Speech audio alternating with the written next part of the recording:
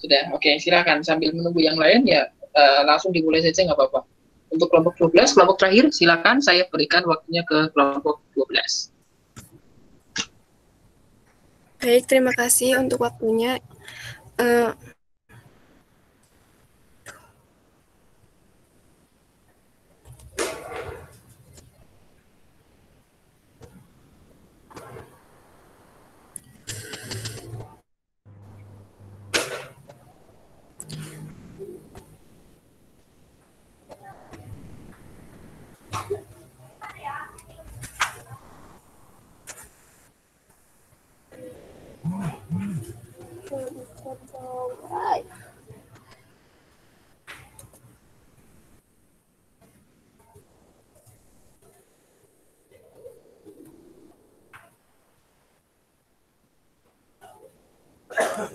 Sebelumnya, apakah PPT-nya sudah terlihat? Sudah.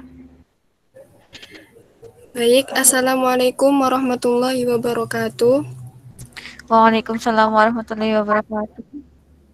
Alhamdulillahirrabbilalamin. Pada pertemuan kali ini, kami dari kelompok 12 yang beranggotakan, yang pertama ada saya sendiri, Ismah Maulina. Kemudian untuk pemateri yang pertama ada Mbak Rosi Fatmalah. Kemudian untuk pemateri yang terakhir ada Mbak Kutrunada. Langsung saja untuk materi yang pertama akan disampaikan oleh Mbak Kutrunada. Kepadanya dipersilahkan.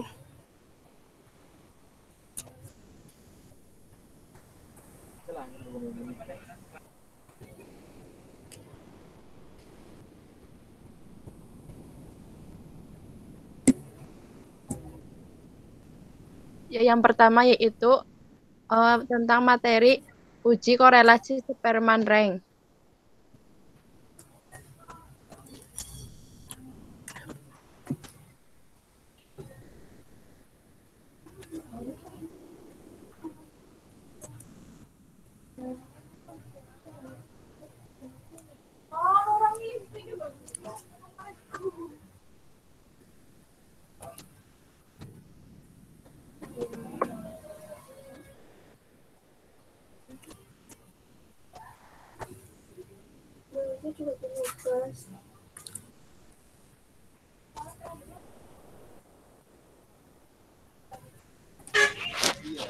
Uji Spearman diperkenalkan oleh Spearman pada tahun 1904. Uji Spearman rank digunakan untuk menguji hipotesis korelasi dengan skala pengukuran variabel minimal ordinal. Dalam uji Spearman rank, skala data untuk kedua variabel yang akan dikorelasikan dapat berasal dari skala yang berbeda. Dalam kurun skala data ordinal dikorelasikan dengan skala data numerik, atau skala data ordinal dikorelasikan dengan skala data ordinal.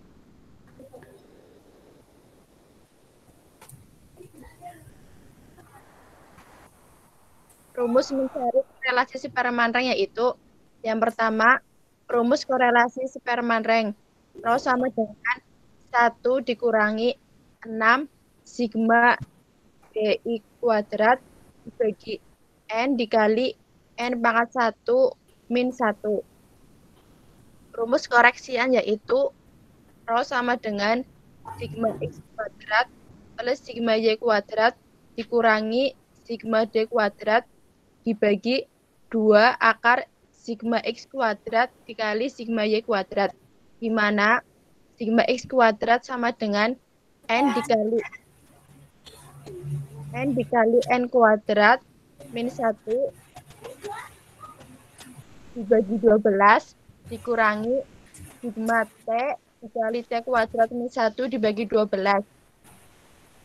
Dan sigma Y kuadrat sama dengan N dikali N kuadrat min 1 per 12 dikurangi sigma T dikali T kuadrat min 1 dibagi 12. Untuk uji signifikasi dihitung sama dengan Rho dibagi 1 per akar N min 1. Cara mencari ranking dalam uji Spearman rank ada dua, yaitu satu menggunakan rumus koreksi yang di atas, Yang kedua, menggunakan rumus berikut. RE sama dengan akar MR kuadrat plus N kuadrat min 1 dibagi 12. Di mana RE sama dengan ranking yang dicari urutan karena ada data yang kembar, MR sama dengan mean dari rank data yang kembar, N sama dengan banyaknya skor yang kembar, 1 dan 12 adalah bilangan konstan. Kriteria terima dan tolak hipotesis.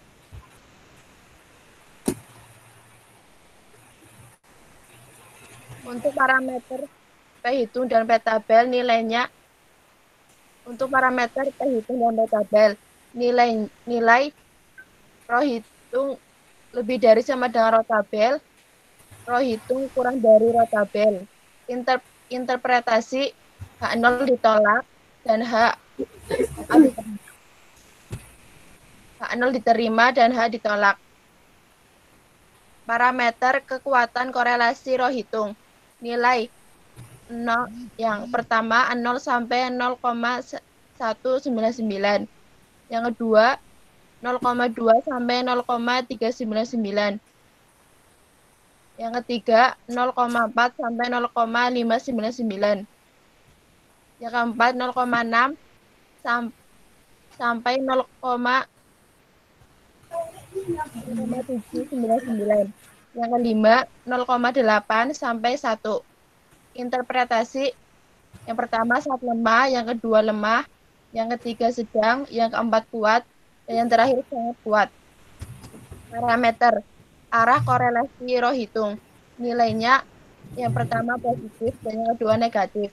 Interpretasi yang pertama arah semakin besar nilai X, semakin besar pula nilai Y. Yang kedua berlawanan arah, semakin besar nilai X, semakin kecil nilai Y dan sebaliknya. Sebuah penelitian dilakukan untuk mengetahui korelasi kadar SpOT atau unit mililiter dengan 1 mililiter pada sampel yang diambil pada tabel dari dengan alfa sama dengan 0,01. Sampel pertama yaitu kadar SgOT 5,7 dan kadar HCl 40. Yang kedua kadar SgOT 11,3 dan kadar HCl 41,2. Sampel ketiga kadar SgOT 13,5, kadar HCl 42,3. Sampel keempat kadar SgOT 15,1, kadar HCl 42,8. Sampel kelima kadar SgOT 17,9, kadar HCl 43,8. Sampel keenam kadar SgOT 19,3, kadar HCl 43,6. Sampel ketujuh kadar SgOT 21, kadar HCl 46,5. Penyelesaiannya H0 yaitu H0 tidak ada korelasi antara kadar SgOT dengan HCl. HA ada korelasi antara kadar SgOT dengan HCl. HA sama dengan rho tidak sama dengan 0. H0 sama dengan nilai rho tabel pada N sama dengan 7 dengan alfa 0,01 adalah 0,8571. Karena korelasi Spearman rank bekerja dengan data ordinal, maka data tersebut terlebih dahulu harus diubah menjadi data ordinal dalam bentuk ranking yang caranya dapat dilihat pada tabel berikut. Untuk kadar SgOT ranking 1 5,7, ranking 2 11,3, ranking 3 13,5, ranking 4 15,1, ranking 5 17,9, ranking 6 19,3, dan ranking 7 21,0. Untuk kadar HDL ranking 1 40, ranking 2 41,2, ranking 3 42,3, ranking 4 42,8, Ranking 5 43,6. Yang itu kebalik ya teman-teman. Ranking 6 43,8 dan ranking 7 46,5. Untuk DI itu secara ranking Y dengan ranking X. DI-nya yaitu 0, 0, 0, 0, negatif 1, 1, dan 0.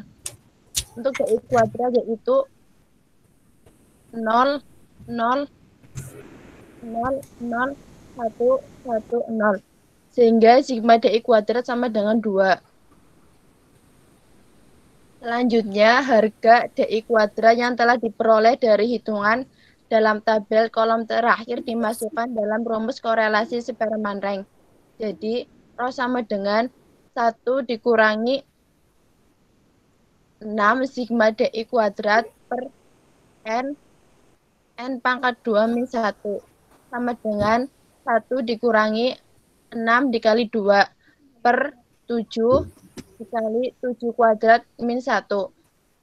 Sama dengan 1 dikurangi 12 per 7 dikali 49 min 1. Sama dengan 1 dikurangi 12 per 336. Sama dengan 0,964.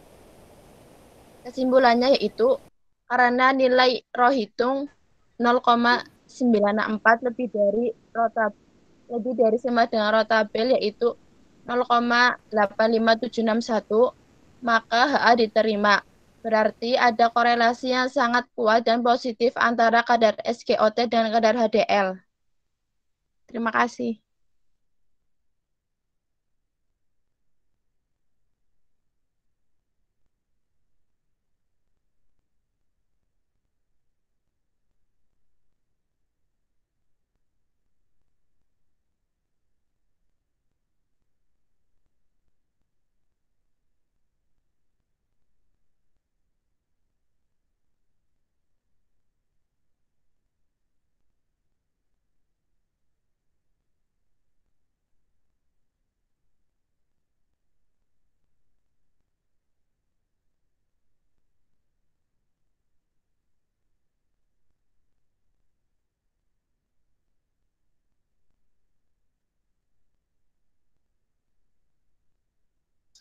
Saya masih terhubung? Masih, Pak. Oh, yang presentasi ya, ngilang ya. Saya kira saya. Oke, silakan dilanjutkan.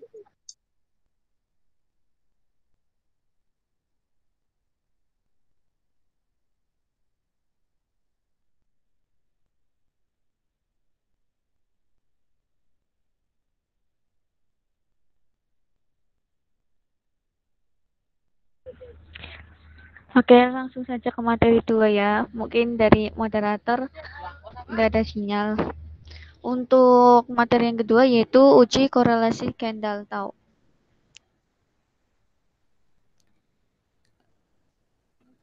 Koefisien korelasi Kendall-Tau pertama kali dikemukakan oleh Merge-Kendall pada tahun 1938. Beliau merupakan seorang statistikawan yang lahir di Northamptonshire pada tanggal 6 September 1907. Koefisien korelasi Kendall-Tau merupakan suatu nilai yang menunjukkan derajat asosiasi atau korelasi antara dua himpunan variabel dalam sebuah PowerPoint-nya mana, Mbak? Oh, iya.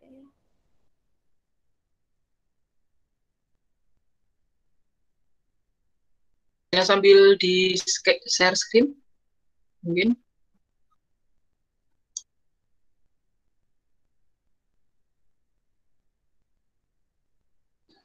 Sebentar, Pak.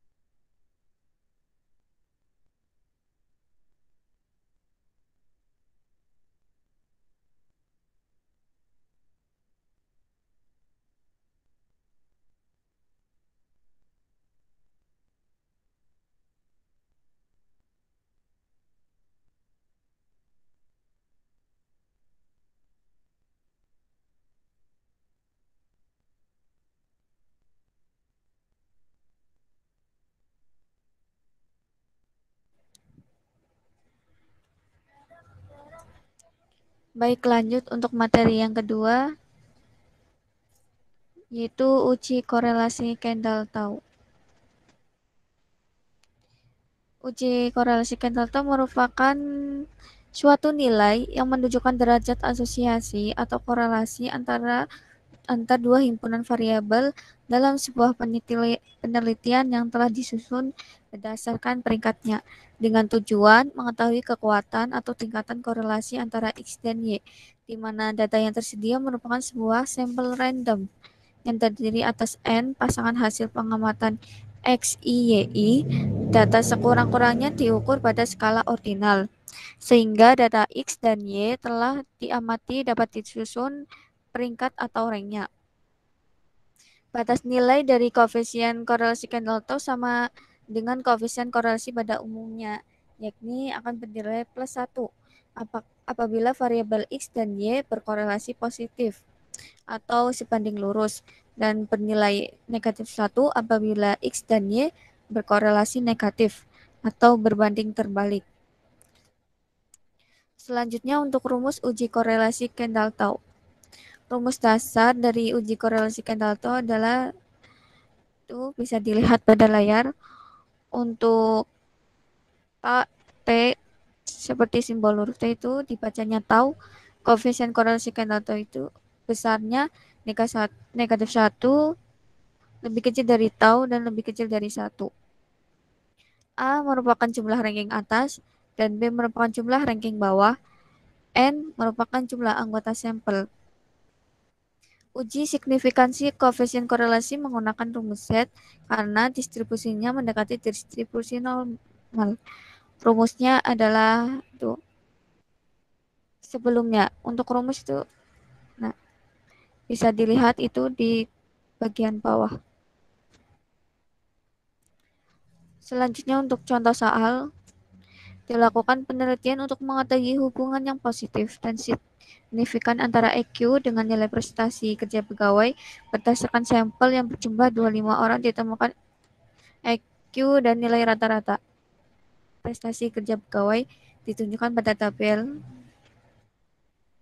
Itu terdapat tabel dengan isi nomor EQ, nilai prestasi, R1, R2, dan jumlah RA dan jumlah RB.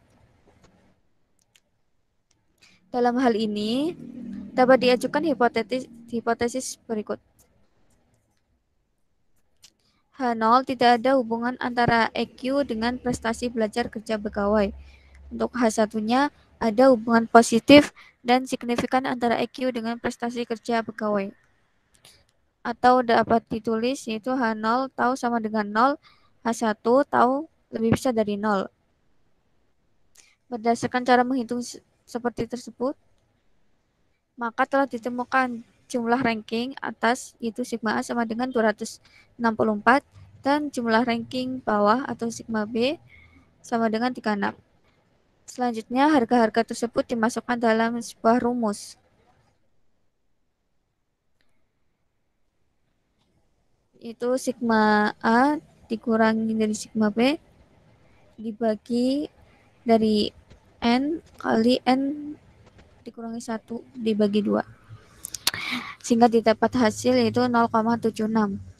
Jadi terdapat hubungan yang positif sebesar 0,76 antara EQ dengan prestasi kerja pegawai.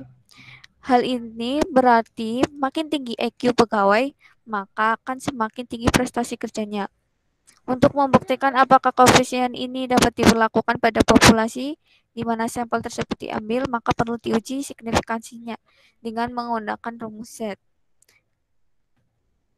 Dalam hal ini, taraf kesalahannya yaitu 5%.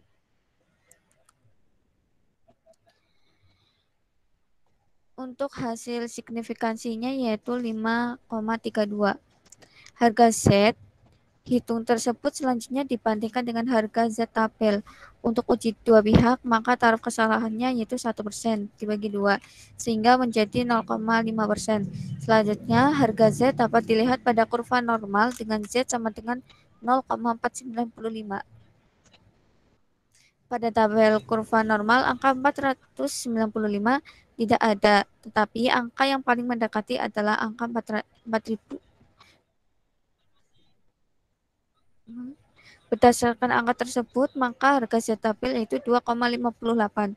Untuk dapat memberikan tafsiran, apakah harga tersebut signifikan atau tidak, maka dapat menggunakan ketentuan bahwa bila Z hitung lebih besar dari Zetapil, maka koefisien korelasi yang ditemukan adalah signifikan.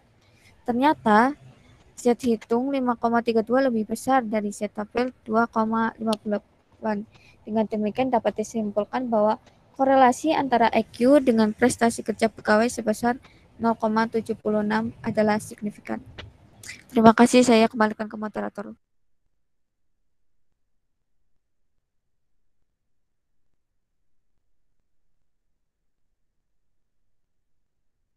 Baik, terima kasih kepada para pemateri yang sudah menyampaikan materinya. Selanjutnya, kami buka sesi tanya jawab kepada teman-teman yang ingin bertanya, silahkan.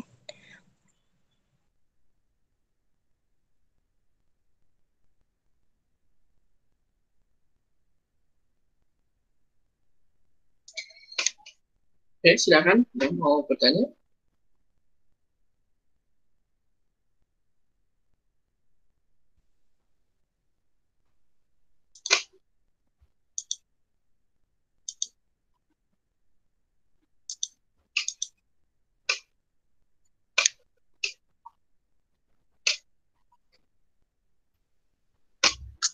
Ada atau tidak ini?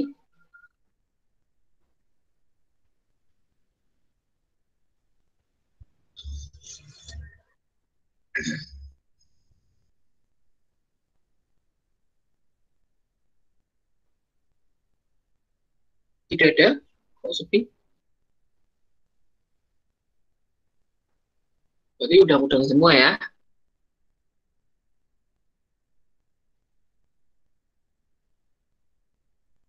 Ya, oke. Kalau tidak ada yang bertanya, beri tepuk tangan dulu untuk kelompok yang mempresentasikan. Ya, apresiasi ya untuk kelompok yang sudah presentasi, kelompok 12.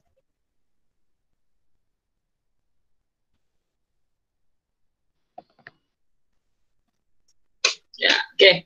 Ya, tepuk tangan dalam hati ya. Ya, ya. Silakan ditutup dulu mungkin kelompok 12. Karena nggak ada yang mau bertanya nih. Baik, Pak. Nah, terima kasih atas perhatiannya. Kurang lebihnya mohon maaf. Wassalamualaikum warahmatullahi wabarakatuh. Waalaikumsalam. Waalaikumsalam. Ya. Jadi korelasi. 2 minggu terakhir yang dipelajari adalah korelasi. Mungkin saya tidak bisa mengajar ya karena positif COVID ya. Hari ini saya masih dalam posisi isolasi mandiri. Ya. Semoga nanti sudah cepat negatif ya. Oke. Kemudian ya kita kembali ke materi. 2 minggu ini yang kita pelajari adalah materinya tentang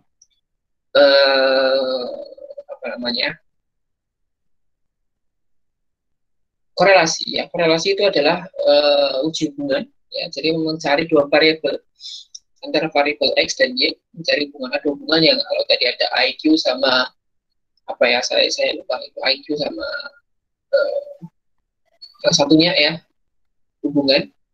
Nah, jadi seperti itu. Jadi yang namanya korelasi dia adalah mencari hubungan. Apakah ada hubungannya atau tidak. Nah, berbeda dengan seperti kemarin. Kemarin ada berapa sampel ya, 1 sampai K sampel. Nah, dibandingkan antara 1 sampel dan yang lainnya. Kalau yang ini hanya sampelnya hanya 1, tapi dia punya 2 variabel. Apakah 2 variabel dalam sampel ini berhubungan atau tidak? Nah, itu dengan menggunakan uji korelasi. Kalau minggu lalu kontingensi adalah untuk materi untuk data nominal. Kalau sekarang yang kita pelajari adalah kendal tau dan range Spearman itu untuk data ordinal. Itu adalah penerapannya. Ya, jadi mungkin materinya selama 1 semester seperti itu ya, tidak banyak yang bisa saya sampaikan, tetapi Anda bisa belajar sendiri. Ini adalah uji non parametrik, ini adalah uji alternatif ya, selain uji parametris tentunya ya. Jadi kalau datanya tidak berdistribusi normal, Anda bisa konversikan ke arah data ordinal ya, jadi dikonversikannya ke rank, biasanya ke rank ya, dikonversikan ke ordinal gitu ya. Jadi kalau Anda penelitian ternyata datanya tidak normal, ya bukan berarti Anda mandek ya, Anda mau mengulangi lagi boleh, tetapi ada yang namanya non statistik non parametris, artinya bisa dikonversi ke ordinal. Ya, oke, itu adalah penerapan Anda nanti ya dalam penelitian itu seperti itu, ya dalam penelitian dengan menggunakan statistik non parametris, gitu. Mungkin itu saja ya sedikit materi yang bisa saya sampaikan. Nanti ini sudah pertemuan terakhir, artinya soal juga PowerPoint juga sudah saya terima, PowerPoint dan buat makalah. Nanti Anda tinggal minggu depan itu UAS ya. Silakan UASnya nanti apa nih ya? Nanti Anda kesepakatan saja ya. Ini kelas yang B, Anda kesepakatan dengan kelas A. Anda mau ujian di hari apa? Terserah, mau hari Senin sampai Sabtu silakan, terserah Anda mau hari apa saja. Yang penting antara hari Senin sampai Sabtu. Boleh pagi, boleh siang, boleh sore, boleh malam, terserah Anda. Nanti saya dihubungi ya, jam berapa, hari apa ya, itu nanti kesepakatan dengan kelas yang kalau nggak nemu kesepakatan ini ya yang kelas yang hari Sabtu aja gitu, hari Sabtu ya pasti kadang bisa kan, bisa dua-dua. Itu ya untuk pelaksanaan UAS minggu depan. Oke, mungkin ada pertanyaan dulu tentang pelaksanaan UAS.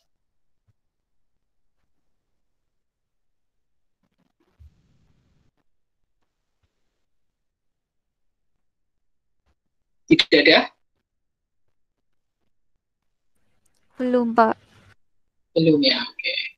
Ya, jadi karena ini pertemuan terakhir ya, karena ini sudah pertemuan terakhir, jadi saya di pertemuan terakhir ini saya mohon maaf ya jika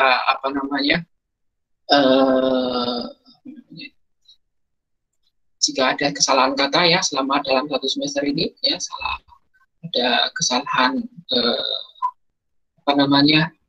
salah kata, salah tindakan, saya mohon maaf selama satu semester ini. Mungkin ada kekurangan dalam pengajaran gitu ya, saya mohon maaf.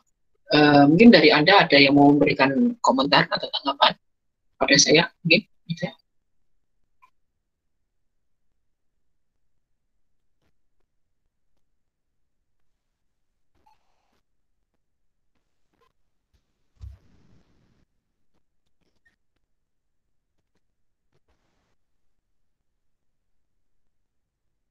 Tidak ada.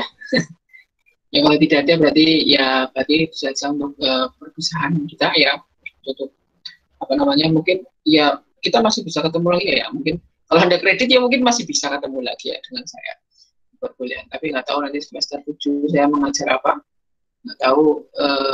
Katanya sih dengar-dengar saya akan diminta untuk mengajar program komputer ya bersama dengan Pak Fajar. Jadi nanti kan ada semester 1 sama semester 3 program komputer kalau nggak salah itu. Nanti saya salah satunya, entah yang semester 3 atau yang semester 1 nanti saya ngajar. Jadi kalau Anda kredit pemrograman komputer nanti ya mungkin bisa ketemu saya ya gitu. Itu kalau tentang kita nanti pertemuan kita ya. Jadi itu seperti itu yang saya bisa sampaikan selama satu semester ini. Dan yang terakhir ini saya meminta doanya ya supaya selesai ini sama isolasi mandirinya, semoga sempat negatif. Kemudian yang kedua adalah saya minta doanya, ini katanya sih mau ada tes rekrutmen CPNS ya. Jadi saya kan di IAIN masih dosen non PNS ya, semoga di rekrutmen CPNS ini saya bisa mendapatkan posisi sebagai dosen PNS ya. Amin. Amin. Ya. Itu saja mungkin yang bisa saya sampaikan selama satu semester ya. Nanti tinggal Anda menunggu UASnya mau kapan, silakan.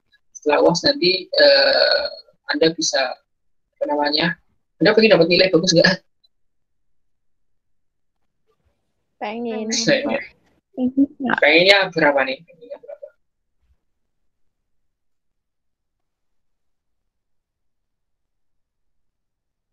Kalau dapat nilai A semua nggak mungkin ya, nggak mungkin karena ada yang selama berbulan kan ada yang berpartisipasi aktif dan yang lain sebagainya. Artinya nanti insya Allah saya akan mendukung Anda, apalagi ini mata kuliah pilihan ya, mata kuliah pilihan bukan masa kredit, mata kuliah pilihan ya, nggak keren gitu ya.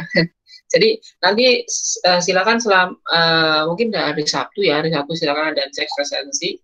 Anda apakah kurang dari 70% atau tidak. Ketika presensi Anda kurang dari 70%, maka Anda otomatis kayaknya langsung, saya nggak bisa nginput nilai. Gitu. Nah, makanya Anda harus mengecek hari Sabtu nanti, saya belum input ya, kalau sekarang belum input, ada yang enggak. Saya presensinya kurang, saya belum input, masih kurang ya. Jadi nanti Anda cek mungkin di hari-hari Sabtu atau Minggu lah ya. Saya baru menginputkan nilai presensi. Gitu untuk perkuliahan kita hari ini ya. Sampai jumpa lagi di lain waktu di kesempatan yang lain. Ya, itu saja mungkin yang bisa saya sampaikan selama 1 semester ini. Terakhir kali saya mohon maaf. Terima kasih. Assalamualaikum warahmatullahi wabarakatuh. Waalaikumsalam warahmatullahi wabarakatuh. Terima kasih banyak Bapak.